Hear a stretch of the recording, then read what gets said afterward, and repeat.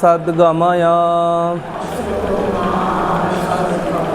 तमसो मा ज्योतिर्गमय मृत्योर्मायमृतंगमय आविराविर्मयेधि ओम शांति शांति शांति। তৃতীয় অধ্যায় আমাদের পড়া চলছে তত্ত্বজ্ঞান প্রকরণ। আমরা যত অবধি পড়া হয়েছে একটু স্বাধ্যায় করে নিই, তারপর আগে পড়া শ্লোকগুলো স্বাধ্যায় হয়ে যাক। তত্ত্বাত্মবোধ এবৈক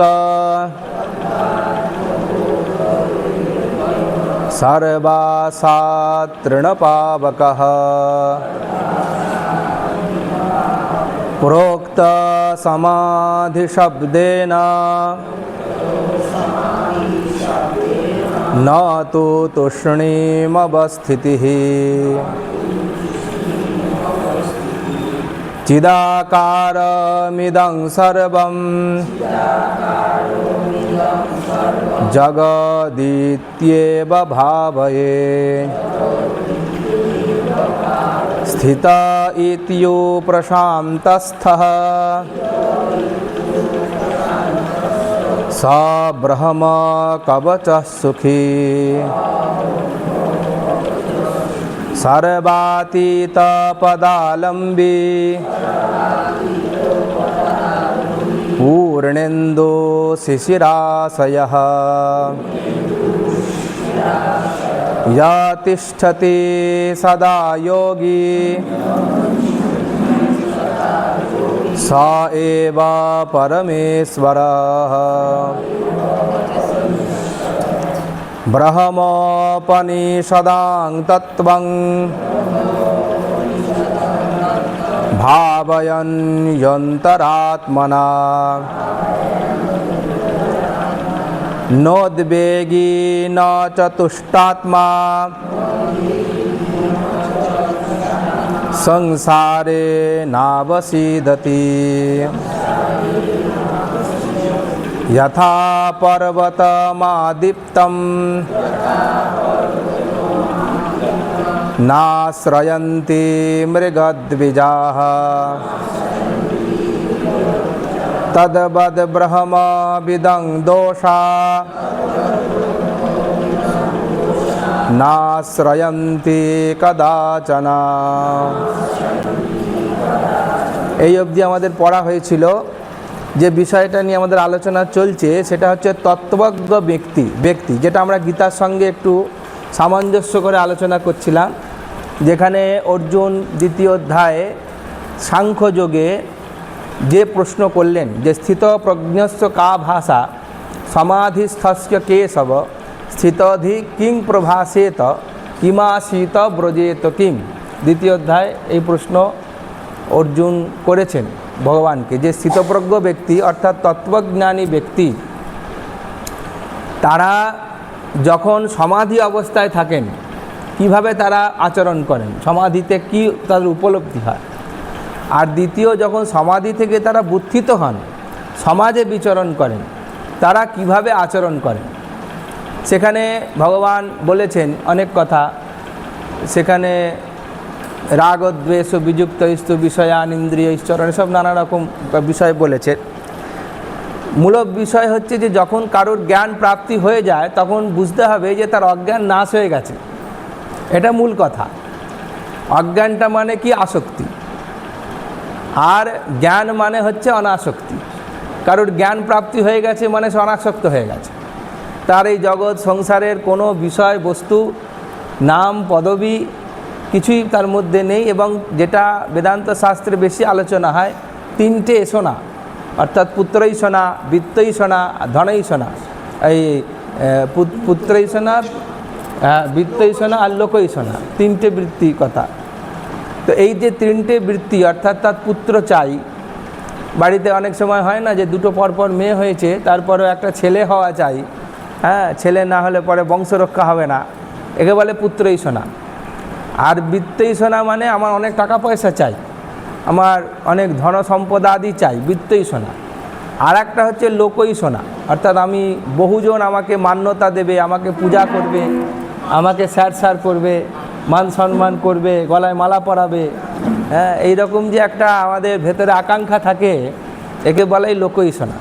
মহারাজ একটা খুব সুন্দর বলতেন যে দেখো সাধু সন্তদেরও দুটো এষণা চলে যায়, পুত্রৈষণা বৃত্তৈষণাও চলে যায়, কিন্তু লোকৈষণা যাওয়াটা খুব কঠিন ব্যাপার।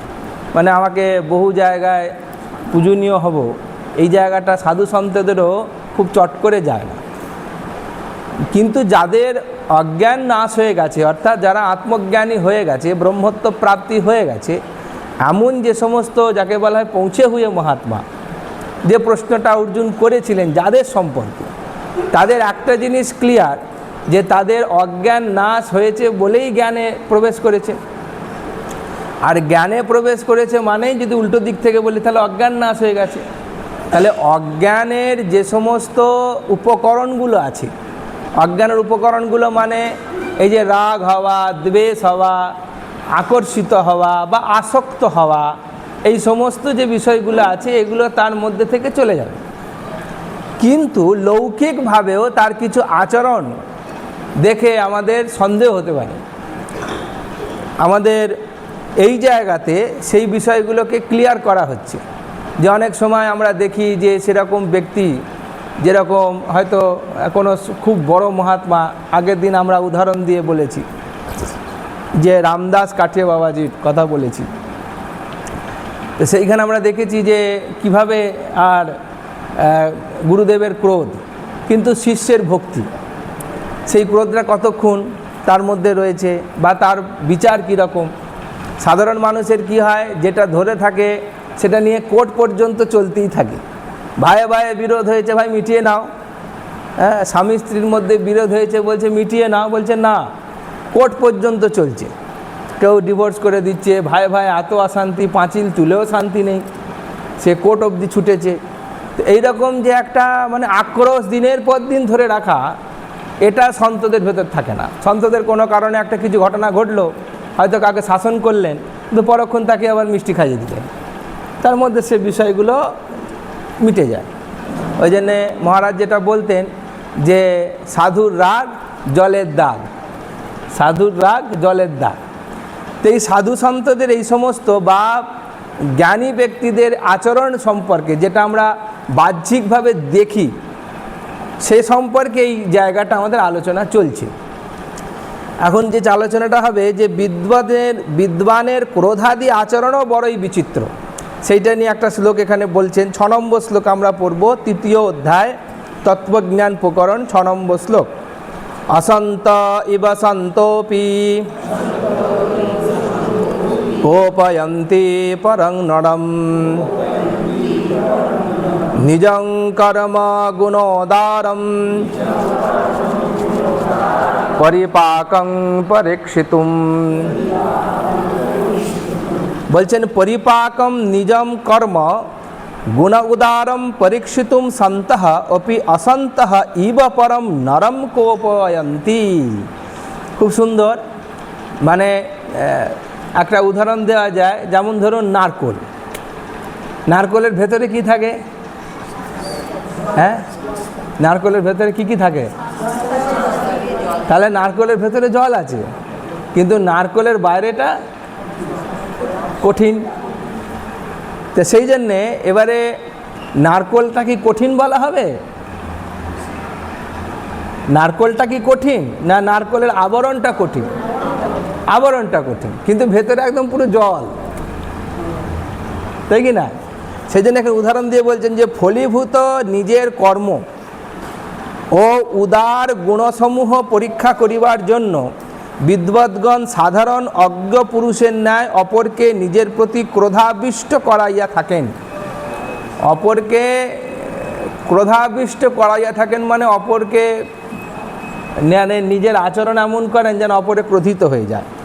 এখানে তার সম্পর্কে কিছু যুক্তিও এখানে স্থাপনা করা হয়েছে। যেমন বলছেন যে অজ্ঞান ন্যায় বিদ্বদ্গণ অপর পুরুষকে ক্রোধাবিষ্ট করাইয়া থাকেন, এমনভাবে তিনি আচরণ করছেন যেন মনে হচ্ছে একটু ওনাদের মহারাজরা এসে চেয়ার দাও,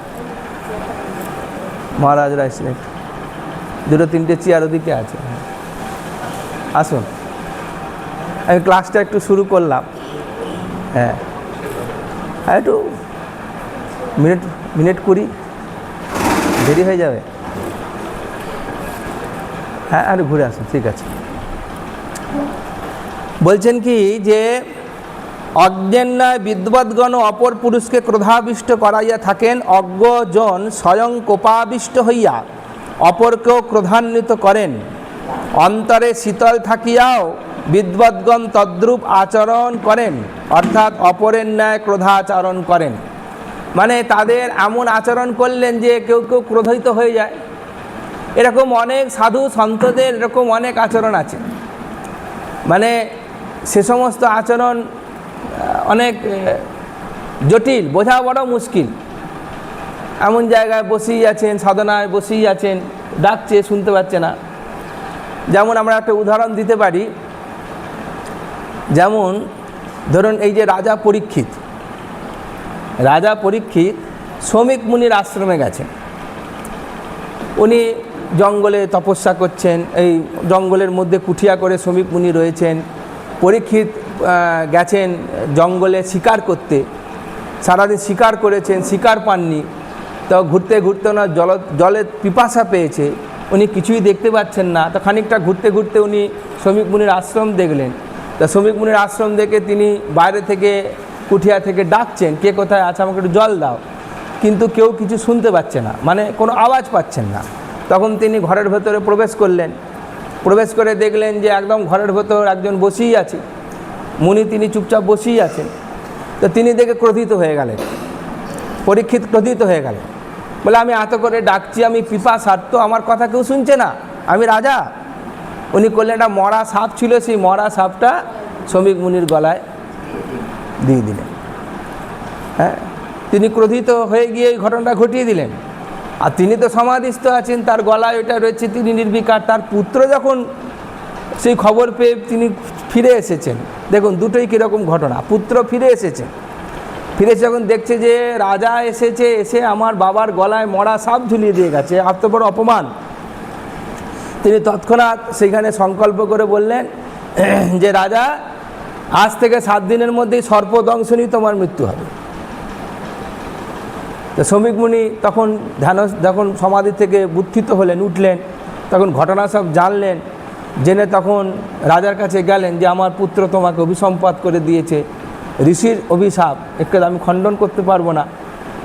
তো ঘটনাটা কীরকম, যে একজন নির্বিকার হয়ে সমাধিস্থ হয়ে তিনি বসে আছেন, তাকে দেখে রাজার ক্রোধ এলো। এইখানেই সেই শ্লোকটা বলা হচ্ছে যে তার আচরণ দেখেও অপরের ক্রোধ উৎপন্ন হয়ে যেতে পারে।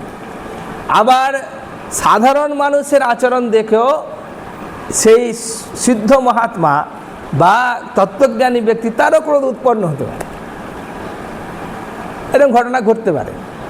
সেই জন্য বলছেন যে অন্তরে ক্রোধশূন্য হলে, তাহলে এখন প্রশ্ন এলো যে যিনি রাগদ্বেষ বিযুক্ত স্তু, যার রাগ দ্বেষ সব চলে গেছে, সংসারের সঙ্গে যার কোনো লেনাদেনাই নেই, কোনো রকম উত্থান পতনের সঙ্গে যার দূর দূরান্ত সম্পর্ক নেই, এমন পৌঁছে হয়ে যারা মহাত্মা, তো তাদের এরকম হয় নাকি, ক্রোধ আসে নাকি? আর তাকে দেখে ক্রোধ হতে পারে, এটা মেনে নেওয়া যায়। তাকে কেউ বুঝতে পারেনি, ক্রোধ এসেছে, কিন্তু তিনিও ক্রোধী হতে পারেন, এটা কি ব্যাপার, প্রশ্ন আসতে পারে। এখানে বলা হয় তার তত্ত্বজ্ঞ ব্যক্তিদের যেখানে সংজ্ঞায় বলা হচ্ছে যে তিনি শান্ত, তিনি নির্লিপ্ত, তিনি শান্ত, শান্তং দান্তং পরহিত রতম, এই যে তার যাবতীয় গুণাবলী, সেইখানে ওই জন্য বলছেন যে অন্তরে ক্রোধশূন্য হইয়াও তাহা হইলে তাহারা বাহিরে ক্রোধাচরণ কেন করেন? প্রশ্ন। তদুত্তরে বলিতেছেন নিজম কর্ম গুণোদারম পরীক্ষিতুম। কীরকম না, পরিপাকভূত অর্থাৎ ফলীভূত নিজের কর্ম উদার গুণাদি পরীক্ষা করিবার জন্য।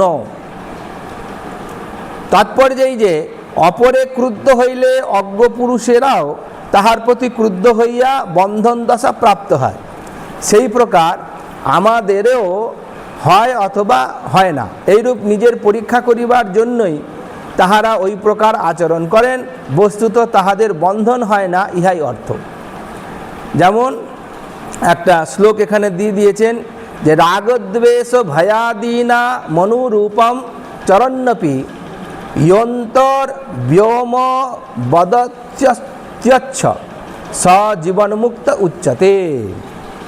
জীবনমুক্ত পুরুষ সম্পর্কে বলছেন যে অন্তরে আকাশের ন্যায় যিনি স্বচ্ছ থাকিয়াও যিনি বাহিরে ভোজনাদিতে রাগ, বৌদ্ধ কাপালিকদের প্রতি দ্বেষ ও সর্প ব্যাঘ্রাদি দর্শনে ভয়ের ন্যায় আচরণ করেন, তাহাকেই জীবনমুক্ত বলা হয়। মানে জীবনমুক্ত মানে এমন নয় যে তিনি কাউকে ভয় পাবেন না, ভয় হয়তো তিনি আত্মিকভাবে পাচ্ছেন না, যেটা ঠাকুর শ্রী রামকৃষ্ণদেব এইটাকে খুব ভালোভাবে বুঝিয়ে দিয়েছিলেন। যখন সেই মথুর বাবুর শরীর চলে গেল, তখন উনি বললেন যে ভেতরটা গামছা নিগড়ানোর মতন নিগড়ুচ্ছে। অর্থাৎ তাকে দেখে ওনার যে অভিব্যক্তি হলো, অর্থাৎ একজন মৃত্যু সংবাদ, প্রিয়জনের মৃত্যু হয়েছে, তার জনিত সাধারণ মানুষের যে শোক দুঃখাদি হয়, ঠাকুর তত্ত্বজ্ঞানী হওয়া সত্ত্বেও তার মধ্যে সেই শোক দুঃখাদি এলো। এমনকি হৃদয়নাথের শরীর খারাপ হওয়ার সময় তিনি ডাব চিনি দিয়ে মানত করেছেন মায়ের কাছে, মা ওকে সারিয়ে দাও, ডাব চিনি দিয়ে মানত করছেন, রোগ ভালো করে দাও। তার মানে লৌকিক আচরণগুলো তার মধ্যে থাকবে না এমন নয়। তিনি চুপ করে বসে থাকবেন, নির্বিকার, অন্যায়ের প্রতিবাদ করবেন না, ভালোকে ভালো বলবেন না, মন্দকে মন্দ বলবেন না, এরকম হতে পারে না। সেক্ষেত্রে তো রামচন্দ্র স্বয়ং তো তত্ত্বজ্ঞানী ব্যক্তি ছিলেন, তাহলে রাবণের সঙ্গে তিনি যুদ্ধ করলেন কেন? রাবণরূপী ব্যক্তিকে আঘাত করার জন্য নয়, অহংকার যুক্ত রাবণকে বধ করার জন্য। কারণ রাবণের যে দশা হয়ে গেছিল, সেজন্যে কি হলো না, বলা হয় যে উদ্ধার হয়, তাদের দ্বারা উদ্ধার হয়ে গেল। বধ করা নয়, উদ্ধার করে দেওয়া। যেমন পুতনাকে ভগবান কি করেছেন? উদ্ধার করেছেন। কংসকে কি করেছেন? ভগবান উদ্ধার করেছেন।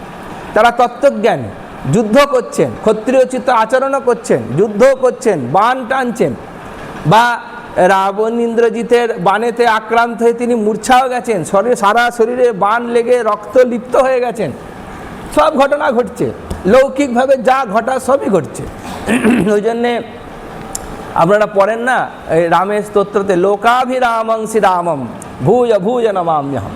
লোকাভিরামম, তিনি লোক সমাজের আচরণ যা হয় তিনি তাই আচরণ করেছেন। তত্ত্বজ্ঞানী ব্যক্তিও ঠিক সেরকমই লোক সমাজের যা যা আচরণ আছে তিনিও সেই রকম আচরণ করেন। তাতে তার এবারে প্রশ্ন হলো, তাহলে কি সাধারণ মানুষ যদি কারোর প্রতি ক্রোধ করে, তাহলে তার বা কোনো কিছু আশা করে, তাহলে তো ইত্যাদি আসতে পারে। বলছেন যে বিষয়টা হচ্ছে রাগ আর দ্বেষ বিযুক্ত হয়ে। রাগ মানে কারোর প্রতি তিনি কাউকে ভালোবাসছেন, মানে তিনি তার প্রতি আসক্ত হচ্ছেন না, ভালোটাকে ভালোবাসছেন। বিষয়টা বুঝতে হবে। ধরুন একটা খুব সুন্দর বস্তু, সাধারণ মানুষ বলবে যে আহা কি সুন্দর, তাকে দেখে তার আসক্তি হবে। কিন্তু তিনি কি করবেন? সুন্দরটাকে খালি সুন্দর বলবেন, খারাপটাকে খারাপ বলে দেবেন, অন্যায়কে অন্যায় বলে দেবেন, ন্যায়কে ন্যায় বলে দেবেন। এটা তো তিনি করবেন, কিন্তু তজ্জনিত তার প্রতি যে দ্বেষ বুদ্ধি বা তার প্রতি অনুরাগ, এটা তার মধ্যে থাকে না। সেই জন্য বলছেন ওই জন্য রাগদ্বেষ ভয়াদীনা মনুরূপম চরণ্যপি। এই জন্য এই শ্লোকটা এখানে দেয়া হলো। এখানে আর একটা বই আছে লঘু যোগ বাশিষ্ঠ, মানে এটা তো আমাদের যোগ বাশিষ্ঠ সার, আর একটা আছে শুধু যোগ বাশিষ্ঠ, আবার একটা বই আছে লঘু যোগ বাশিষ্ঠ, মানে যোগ বাশিষ্ঠেরই 3খানা পার্ট আছে। যোগ বাশিষ্ঠ তো সব থেকে বড়। পরের শ্লোকটা পড়ি, যে জ্ঞানীরও কাম ক্রোধাভাস দৃষ্ট হয় তদ্বিষয়ে দৃষ্টান্ত। এই শ্লোকটা আমরা পড়ব, যে জ্ঞানী ব্যক্তিরও যে কাম এবং ক্রোধ এর যে আভাস তাদের মধ্যে দৃষ্ট হয়, দেখতে পাওয়া যায়। আমরা বিশ্বামিত্রকেও দেখেছি, তিনি কিরমভাবে কামনার দ্বারা পীড়িত হয়েছিলেন, এরকমভাবে তাদের দেখতে পাওয়া যায়। নারদকেও দেখতে পাওয়া গেছে এক সময়। নারদের একটা ঘটনা আছে, ভাগবতে বর্ণনাও আছে, যে সেখানে তিনি বিয়ে করতে চেয়েছেন ভগবানের কাছে। হ্যাঁ, তো সেই নিয়ে তাকে তিনি জলের মধ্যে তার সংসার দর্শন করিয়েছেন। যে নারদকে বলেছেন ঠিক আছে তুমি চান করে এসো। তা তিনি জলেতে চান করতে গেছেন, তো ডুব মেরেছেন, গিয়ে দেখছেন যে একটা বড় প্রাসাদের মধ্যে তিনি প্রবেশ করে গেছেন। সেইখানে গিয়ে দেখছে অনেক সুন্দরী সুন্দরী রমণী, তাকে দেখে হাত পা টানাটানি করছে, বলছে বিয়ে করবো। তাতে বিয়েও করে ফেললেন, বাড়িতে থাকতেও লাগলেন। বিয়ে করে তার অনেকগুলো ছেলেপুলেও হয়ে গেল। তারপরে খুব সুখেই দিন কাটাচ্ছেন, সেই মহলের মধ্যে রাজভোগের মধ্যে তিনি রয়েছেন। হঠাৎ সেই বাড়িতে আগুন লেগে গেল। আগুন লেগে গিয়ে চারিদিকে এবার ছেলে পুলেগুলোকে তিনি খুব ভালোবাসতেন, কিন্তু ওই ভালোবাসার নগরী তৈরি হয়েছে, ছেলেগুলার যুদ্ধ শিখিনি। নারদের বুদ্ধি তো, নারদ তো আর ক্ষত্রিয়দের মতন যুদ্ধ জন্ম থেকেই যুদ্ধ করবে এরকম তো নয়। এবারে যখন আগুন লেগেছে, তারা এদিক ওদিক থেকে পালাচ্ছে, সে আগুনে পুড়ে পুড়ে পুড়ে পুড়ে সব সংসারটা নষ্ট হয়ে গেছে। লাস্টে উনি একা বেঁচে আছেন। তখন ওরে বাবারে ওরে মানে করে হাত পা ছড়িয়ে কপাল ছড়িয়ে কাঁদছেন, মাথা ঠুকছেন। এই করতে করতে তিনি জলের ওপর হাঁ করে উঠে পড়েছেন। উঠে পড়ে দেখছেন আরে আমি তো জলের ওপরে দাঁড়িয়ে আছি, তাহলে আমার যে সংসারটা ছিল ওটা কোথায় গেল? তখন উনি উঠে এসেছেন, কিছু বলতে পারছেন না। ভগবান জিজ্ঞেস করলেন যে নারদ তুমি কিছু কি দেখলে জলের তলায়? বলছেন চুপ করে আছে, আর কি বলবো। বলে কি তাহলে বিয়ে করবে? বলছে না। হ্যাঁ, আমাদের তো ঠিক তাই। সংসারে যে ডুব দিয়েছি, মানে এখন ডুবুরির মতন ঘুরছেন, সংসার হচ্ছে। যেদিন এগুলো সব নষ্ট ছিন্ন বিচ্ছিন্ন হয়ে যাবে, তখন ওখান থেকে হাঁপিয়ে যখন ওপরে উঠবেন, তখন বলবেন যে না দরকার নেই, হাঁপিয়ে উঠেছি সংসার করতে করতে। তো সেই জন্য এখানে বলছেন, এই শ্লোকটা আমরা পড়ব, জ্ঞাত্বাপ্য সর্পম সর্পোত্থং যথা কম্পং ন মুঞ্চতি বিধ্বস্ত্বাখিলমোহোপি মোহকার্যং তথাত্মনি। বলছেন যথা অসর্পম জ্ঞাত্বা অপি সর্পোত্থম কম্পং ন মুঞ্চতি তথা বিধ্বস্ত অখিল মোহ অপি আত্মনি মোহকার্যং ন মুঞ্চতি। বলছেন যেরূপ রজ্জু সর্প ভ্রান্তির অনন্তর, রজ্জু জ্ঞানোদয়ে ইহা ভ্রান্তি সর্প যথার্থ সর্প নহে, এরূপ জ্ঞান হইলেও পূর্বের সর্প দর্শনজনিত ভয় কম্পাদি সহসা তৎকালেই নিবৃত্ত হয় না। হয় কি, আপনি একটা দড়িতে সাপ দেখেছেন, ভয়ে আপনি একদম ঘর্মাক্ত কলেবার হয়ে গেছেন, যে দেওয়ালে পিঠ থেকে গেছে আর পালাবার রাস্তা নেই, সাপটা একটু আগেই দাঁড়িয়ে আছে, আমি কোন দিক দিয়ে পালাও হয়ে পাচ্ছি না, ওখানে দাঁড়িয়ে আর্তনাদ করছি। তো একজন হঠাৎ আমার আর্তনাদ সুরে এলো, এসে একটা লাইট ফাইট নিয়ে সে লাঠি টাঠি দিয়ে নাড়িয়ে টাড়িয়ে দেখলো যে এটা একটা দড়ি, এটা সাপ নয়। সে বলছে যে এটা সাপ নয়, কিন্তু ওই দড়িটা সে আপনি যখন সেখান দিয়ে গিয়ে সঙ্গে সঙ্গে লাথি মেরে দিয়ে সেটাকে সরিয়ে দেবেন, আপনি সেই ভয়টা বারে বারে ওর কাছে কেউ যদি হাত ধরে টানে, এবার আয় না দেখ না এটা হাত ধরে টানলে আপনি যাবেন না, কেন দাঁড়া, সেই ভয়টা তৎক্ষণাৎ যায় না। আর একটা উদাহরণ দিয়ে বোঝানো যায়, যেমন ধরুন আপনি উনুনে জল গরম করছেন, তো জলটা গরম হয়ে গেছে, আপনি গ্যাসটা নিভিয়ে দিয়েছেন, জলটা কি ঠান্ডা হয়ে যাবে নাকি? সঙ্গে সঙ্গে জলটা কি ঠান্ডা হয়ে যাবে? কি জলের তাপটা থেকে যাবে? তো আমরা তো বলবো এটা গরম জল, তখন ঠান্ডা জল হয়নি, কিন্তু ঠান্ডা হবে, ধীরে ধীরে ধীরে ধীরে ধীরে ধীরে হবে। এই যে অবস্থাটা, অর্থাৎ সেই ভয় হবার পরবর্তী ক্ষেত্রে সেটা যদি ভ্রান্তিটা আমাদের কাছে স্বীকার হয়েই যায় যে এটা ভ্রান্ত, তজ্জনিত যে ভয়টা আমাদের মধ্যে কিছুক্ষণের জন্য থেকে যায়, ভয়ে কম্পাদি সহসা তৎক্ষণাৎ নিবৃত্ত হয় না, ধীরে ধীরে হয়, ধীরে ধীরে হয়। তদ্রূপ তত্ত্বজ্ঞান দ্বারা সম্পূর্ণ অজ্ঞান বিনষ্ট হইলেও ওই বাধিত অজ্ঞানের কার্য কামাদি সহসা নিবৃত্ত হয় না। পূর্ব সংস্কার জনিত যা যা তার বিষয়বস্তুগুলো ছিল সেগুলো সহজে নিবৃত্ত হতে চায় না।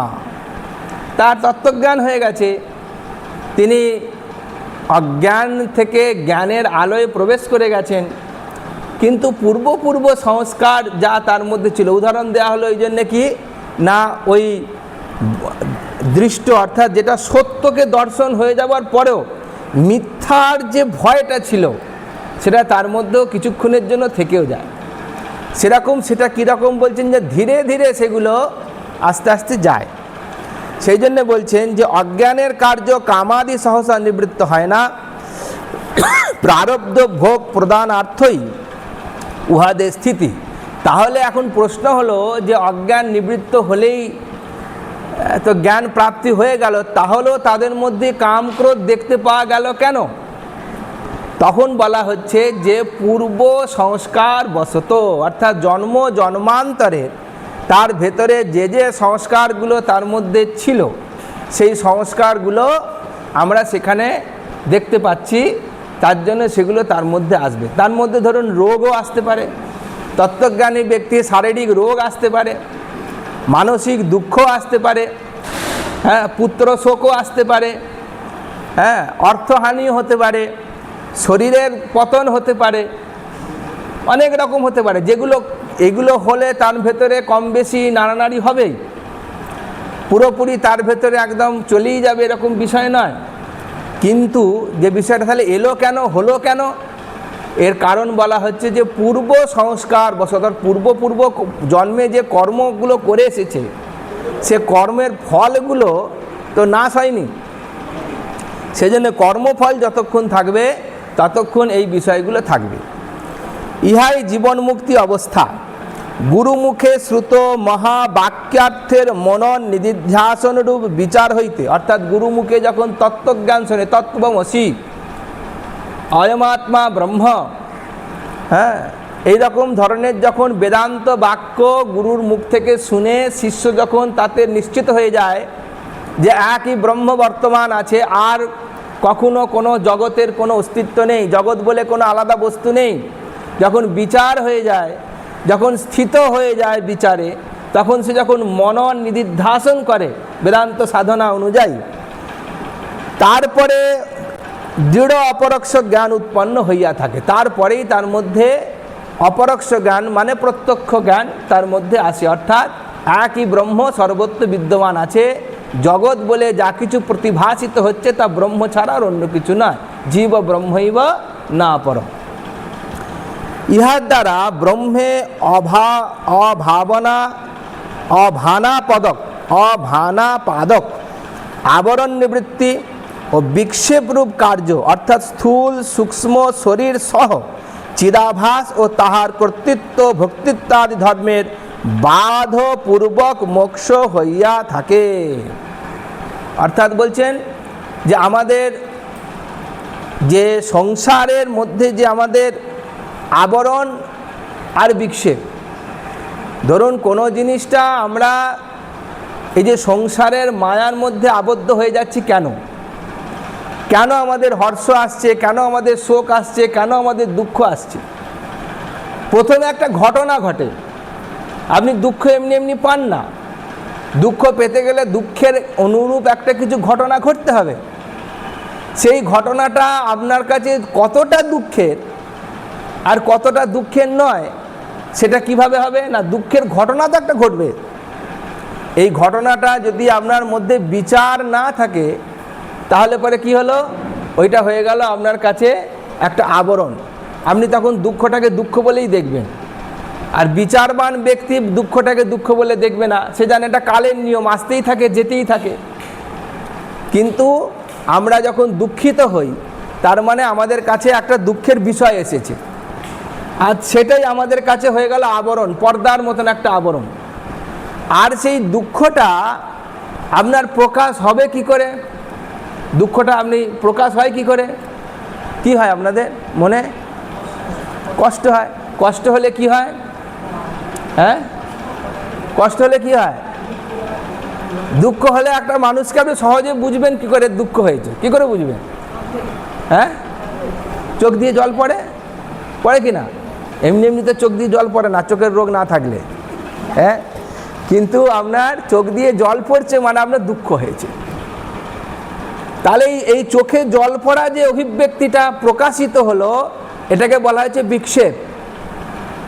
আর ভেতরে যেটা হলো, যে কারণটা হলো, সেটা হচ্ছে আবরণ। এই আবরণটা হলো বলেই বিক্ষেপটা হলো। যদি আবরণটা না হতো তাহলে বিক্ষেপটা হতো না। সেই জন্য বলছেন যে বিক্ষেপ রূপ কার্য অর্থাৎ স্থূল সূক্ষ্ম শরীর সহ। আচ্ছা, এখন সূক্ষ্ম শরীরকে কেন এখানে টেনে নিয়ে এলো? স্বপ্নেও তো আপনি হাসেন কাঁদেন, স্বপ্নটা দেখে কে? সূক্ষ্ম শরীর স্বপ্নটার উপলব্ধি করে। সেই জন্য বলছেন যে স্থূল সূক্ষ্ম শরীর সহ চিদাভাস ও তাহার কর্তৃত্ব ভক্তিত্বাদি ধর্মের বাধপূর্বক মোক্ষ হইয়া থাকে। বাধ মানে নিরোধ। এই নিরোধটা কার হয়? বলছেন কর্তৃত্ব আর ভক্তিত্ব। আমি কর্তা, একে বলে কর্তৃত্ব, আর আমি ভোক্তা, এর নাম ভক্তিত্ব। ভক্তি, আমি ভোগ করছি, এটা আমার। আমরা এই যে বলি না যে আমি মানে হচ্ছে কর্তৃত্ব, দুটো শব্দ দিয়ে দুটোকে বোঝানো হয়। কি না, আমি মানে কর্তৃত্ব, আর এটা আমার মানে ভক্তিত্ব, তাই তো? আমি শব্দ হচ্ছে কর্তৃত্ব, আর আমার শব্দ হচ্ছে ভক্তিত্ব। আপনি বলুন তো, সারা দিন ঘুম থেকে উঠে থেকে এমনকি স্বপ্ন পর্যন্ত আপনি দুটো শব্দ থেকে আলাদা থাকেন না থাকেন না? হ্যাঁ, এই দুটো শব্দ থেকে আপনি আলাদা থাকেন না থাকেন না? এক মুহূর্তের জন্য আলাদা থাকতে পারেন না। তাহলে আমাদের কর্তৃত্ব আর ভক্তিত্বটা কতটা আপনি চিন্তা করুন। মোক্ষ কি বলছেন? এই কর্তৃত্ব আর ভক্তিত্ব বাধ মানে নিরোধ, এইখানেই শেষ। তার কর্তৃত্বের অভিমানও নেই আর ভক্তিত্বের বিষয়ও নেই। এরকম যার অবস্থা হয়েছে তা তিনি হচ্ছেন মুক্ত পুরুষ। মুক্ত মানে অন্য কিছু বিষয় নয়, মুক্ত মানে একদম সোজা কথা, আমি আর আমার বলে শব্দ দুটোর জ্ঞান যার হয়ে যায় তিনি হচ্ছেন মুক্ত পুরুষ। সোজা, একদম সরলবৎ। বেদান্তে একদম সহজ করে বিষয়কে বলে দেওয়া হয়েছে, এ এত জটিল বিষয় নয়। দুটো শব্দকে যদি জীবনে আমরা বিচারে লাগাই তাহলে পরে আমাদের দুটো জিনিস বিচার এসে যাবে। কি? এক হচ্ছে আমি মানে কর্তৃত্ব, আর আমার মানে ভক্তিত্ব। এই কর্তৃত্ব আর ভক্তিত্ব যার মধ্যে নেই তিনি মুক্ত, আর কর্তৃত্ব আর ভক্তিত্ব যার মধ্যে আছে সেকে বদ্ধ, তাই তো? বদ্ধ জীব, আর সে মুক্ত জীব মানে জীবন মুক্ত, আর সে আবদ্ধ হয়ে পড়ে রয়েছে। তাহলে আমাদের সাধনাটা বা বেদান্তের সাধনাটা বা চিন্তনটা কোন জায়গায় আমাদের করতে হবে এইখানে আমাদের বুঝিয়ে দেওয়া হচ্ছে যে আমাকে। আচ্ছা, প্রথমত এই বিচারটা কীরকম? বিচারটা হচ্ছে আমিকে ধরলে বিচার আপনার প্রথমে আসবেই না, আমিকে খুঁজেই পাবেন না। কেন? আমি এত জায়গায় ব্যাপ্ত হয়ে গেছে যে আমিকে ধরলে সাধনা এগোনো যায় না। ধরতে হয় কাকে? আমার বস্তুগুলোকে ধরতে হয়, অর্থাৎ ভক্তিত্বকে। আমি কি কি ভোগ করছি, মানে আমার ভোগ্য বস্তু কোন কোনগুলো, সেগুলোকে, যেগুলোকে আমার বলছি, বস্তুতে এগুলো আমার কিনা, এগুলো সত্যি কি আমার? এই বিচারটা প্রথমে আসতে হবে। কারণ আমি বিচারটা শেষের বিচার, আমার বিচারটা শুরুর বিচার। আমার বিচারটা যখন সম্পন্ন হয়ে যাবে তখন আমার বিষয়টাই চলে যাবে, শুধু পড়ে থাকবে আমি। আবার আমি যদি না থাকি, আমার কোন বস্তু সেটাও বিচার করতে পারবো না, কারণ আমি তো নেই। তাহলে আমার আবার কি আছে? সেজন্য আমিকে থেকে আমার বিচারটা আগে সম্পন্ন করতে হয়।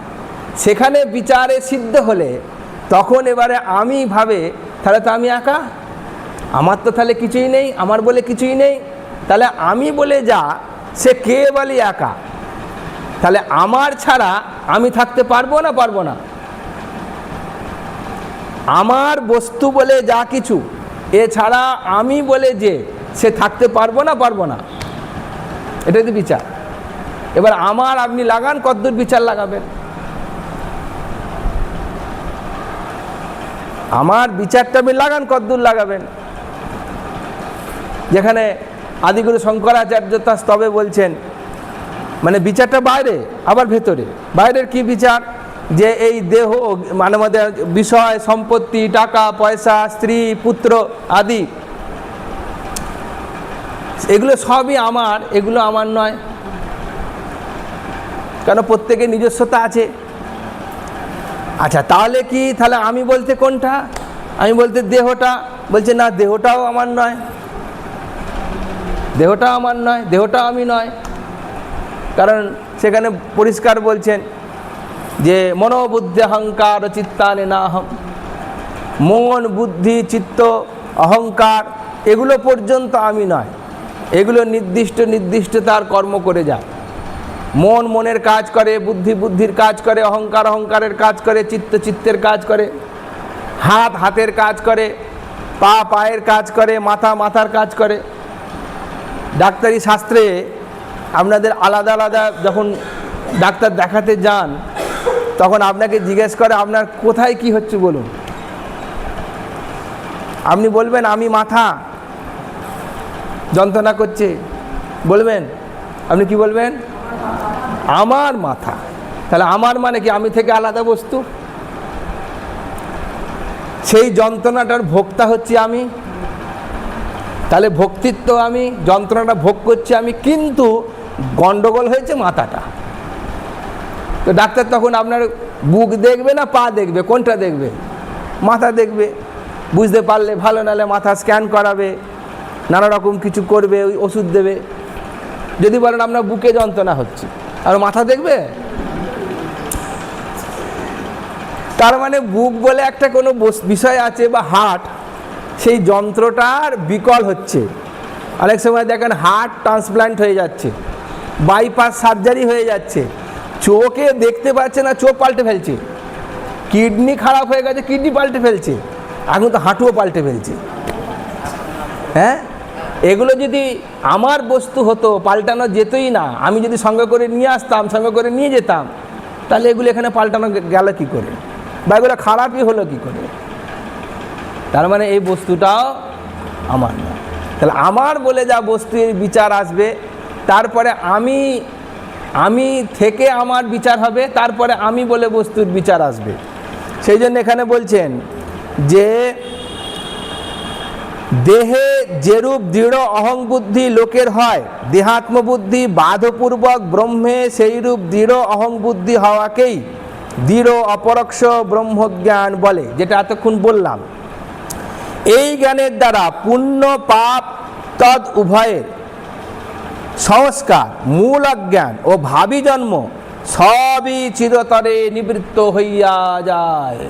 যখনই তার কর্তৃত্ব আর ভক্তিত্ব দুটো চলে যাবে, তাহলে তার জন্ম জন্মান্তরীয় যা যা বিষয়গুলো আছে সেগুলো সবই বিনষ্ট হয়ে যাবে। যেমন আমরা উদাহরণ দিয়েছিলাম কি, যে ভেজা ছোলা আর ভাজা ছোলা, দেখুন বানানের একটু তফাৎ, ভেজা আর ভাজা, তাই তো? যেটা ভেজা তার মধ্যে সংস্কার আছে, আবার গাছ হবে, আবার অনেক ফল হবে। কিন্তু যেটা ভাজা, এবার আপনি ভিজবেন না ভাজবেন, এটা আপনার ব্যাপার। ভিজাটা সহজ, ভেজা খুব সহজ। একটু জল লাগলেই তো ভিজে যাবেন, মানে আপনাকে একটু তেল মারলেই ভিজে যাবেন, তাই তো? কিন্তু যদি আপনি ভাজতে গেলে কি করতে হবে? তার মধ্যে আগুন প্রবেশ করাতে হবে, তাপ দিতে হবে। সহ্য করতে পারবেন? ওই জন্য আমরা ভিজতে চাই, ভাজতে চাই না। এই ভাজাটাই যেহেতু তাপ দিতে হবে, সেজন্য বলা হয় তপস্যা। যেহেতু তাপ লাগে সেই জন্য বলে তপস্যা। বোঝা গেলে? এই জন্য তপ। কায় ক্লেশ ইতি তপঃ, কায় ক্লেশকেই বলা হচ্ছে তপ। আপনি বার করবেন না, ব্রত করবেন না, বলবেন মন রহে তো চঙ্গা, তো কটোরা মে গঙ্গা, থরেই হবে? হবে না। বার করতে হবে। ব্রত, নিয়ম, জপ, সাধ্যায়, তপ, এইগুলো বলা হয়েছে, এগুলো করতে হবে আমাদের। ব্রত করতে হবে। ব্রত করবো না তাহলে কি ফল কি পাবো? নিষ্কামভাবে ব্রত করতে হবে, কামনা রহিত ব্রত করতে হবে, একাদশী ব্রত করতে হবে। এই যে অম্বুবাচী ব্রত গেল, অনেকে বলছে আমি তো পারি না, ওষুধ খাই। তো খাও ভাই, কে মানা করেছে?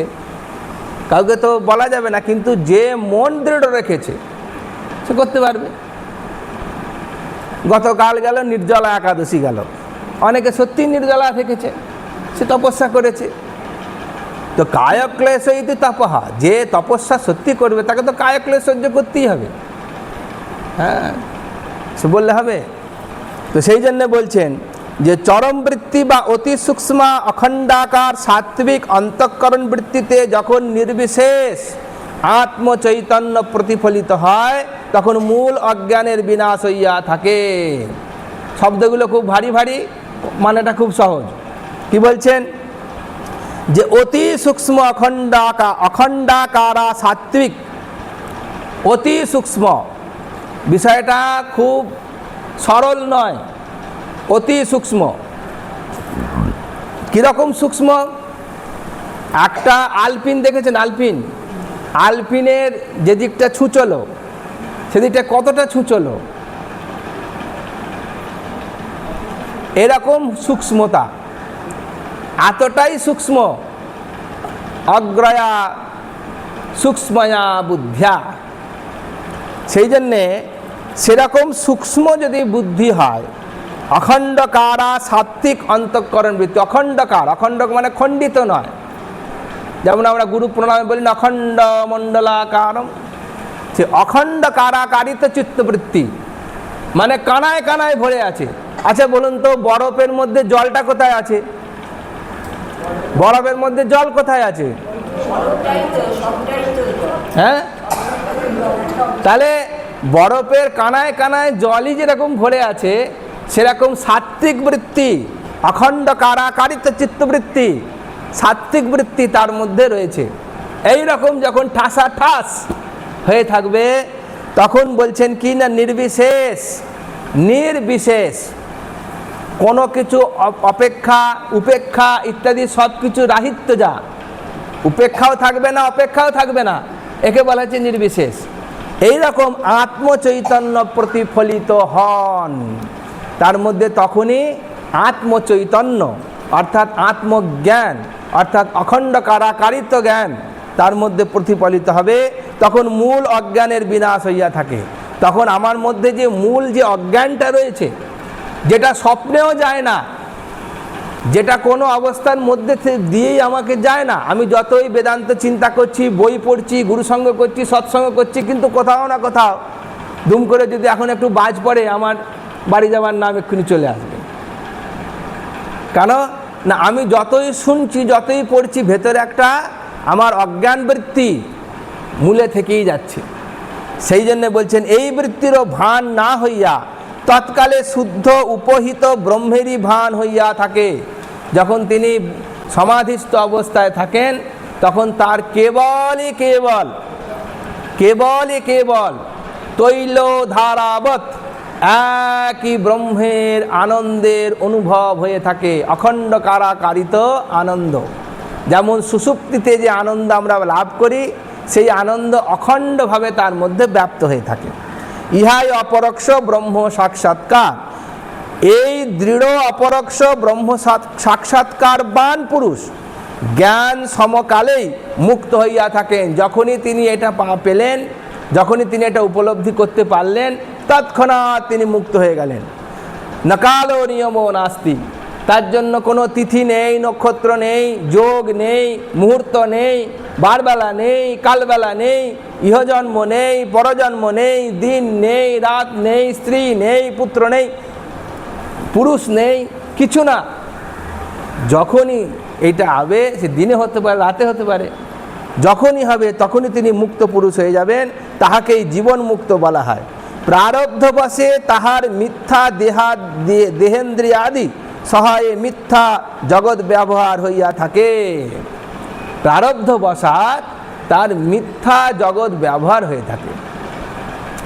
তার প্রারব্ধ যদি থাকে, আগের দিন আমরা উদাহরণ দিয়েছিলাম যে মহানানন্দ মহারাজ উদাহরণ দিয়ে বলেছিলাম যে তিনি কত সোনা দানা, বেনারসি কাপড় ইত্যাদি সব পরে টরে থাকতেন, লোকে দিয়েও যেত, তিনি তার কিনতে যেতেন না, শখ করে দোকানে গিয়ে কিনে নিয়ে আসতেন না, লোকে দিত, তিনি পড়তেন।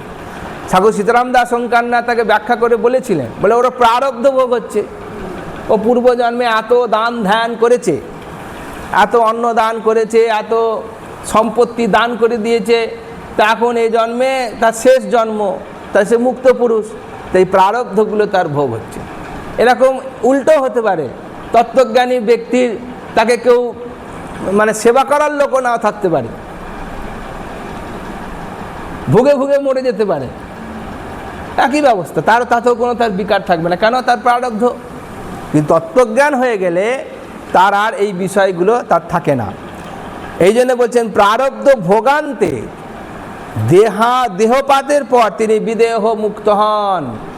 প্রারব্ধ ভোগ যতদিন থাকবে, সমাধি থেকে বুদ্ধিত প্রারব্ধ, সমাধি থেকে বুদ্ধিত হনই প্রারব্ধ ভোগের নিমিত্ত, প্রারব্ধ ভোগের জন্য।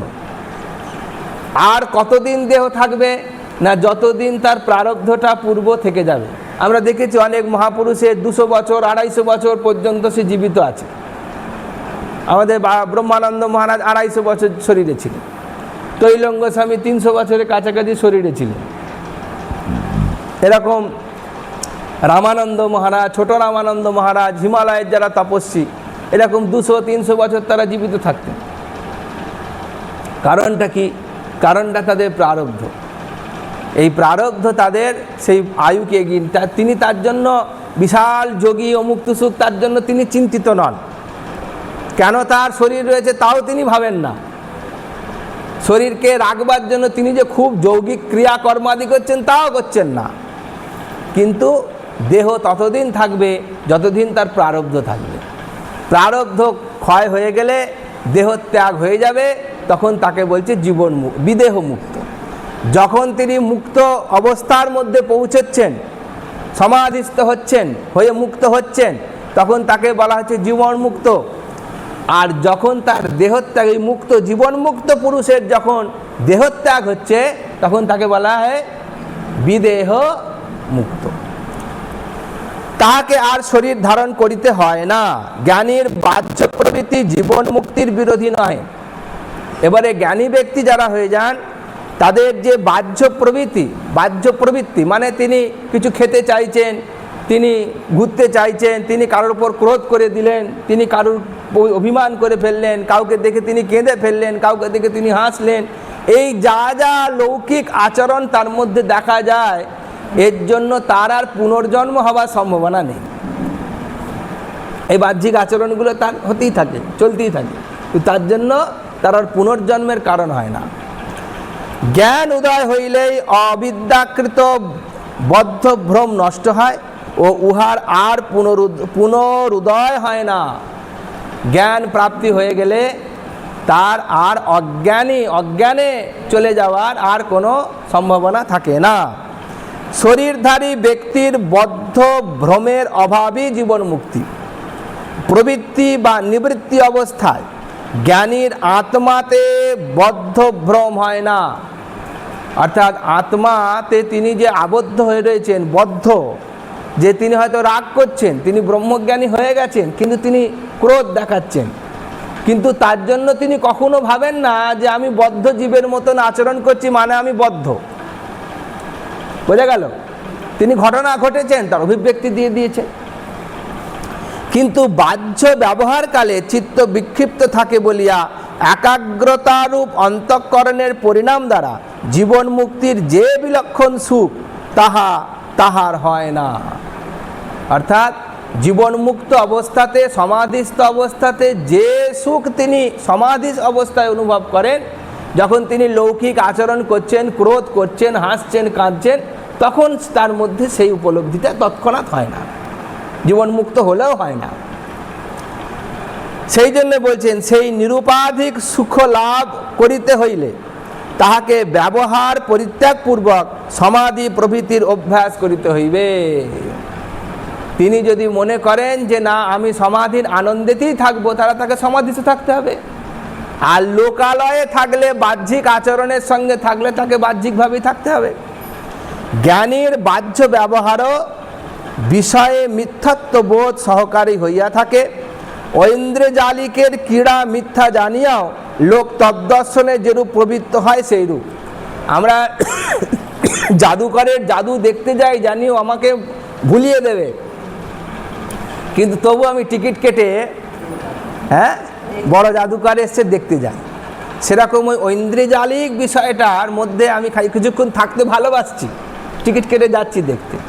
সেই রকম তারাও এই জগৎ সংসারের যে ঐন্দ্রজালিক সুখ দুঃখ, তিনি জানেন এটা ইন্দ্রজাল, এটার মধ্যে কোনো অস্তিত্ব নেই, কিন্তু তার মধ্যেও তিনি কিছুক্ষণ থাকতে পারেন। জ্ঞানীর ব্যবহারে বিষয়ের বা কর্তৃত্বের সত্যতা সংস্কার জন্মে না, অজ্ঞানীর তাহা জন্মে।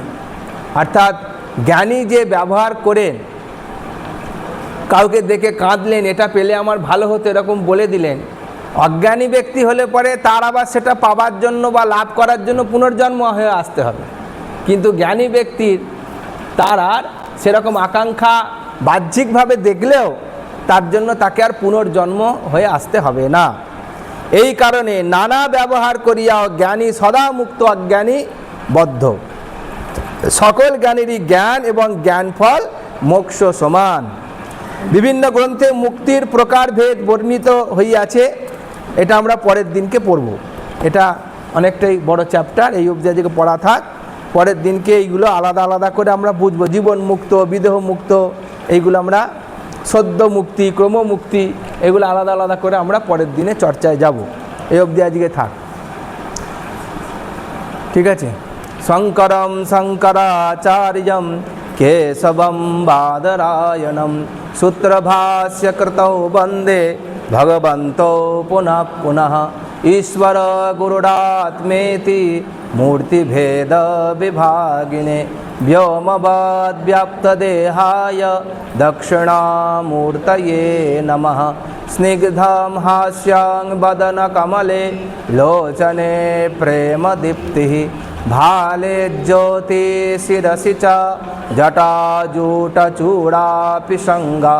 नित्यं यस्य स्फुरति हृदये शुद्ध वात्सल्यधारा बालानन्दो भुरि विजयते वैद्यनाथ स्वरूपः।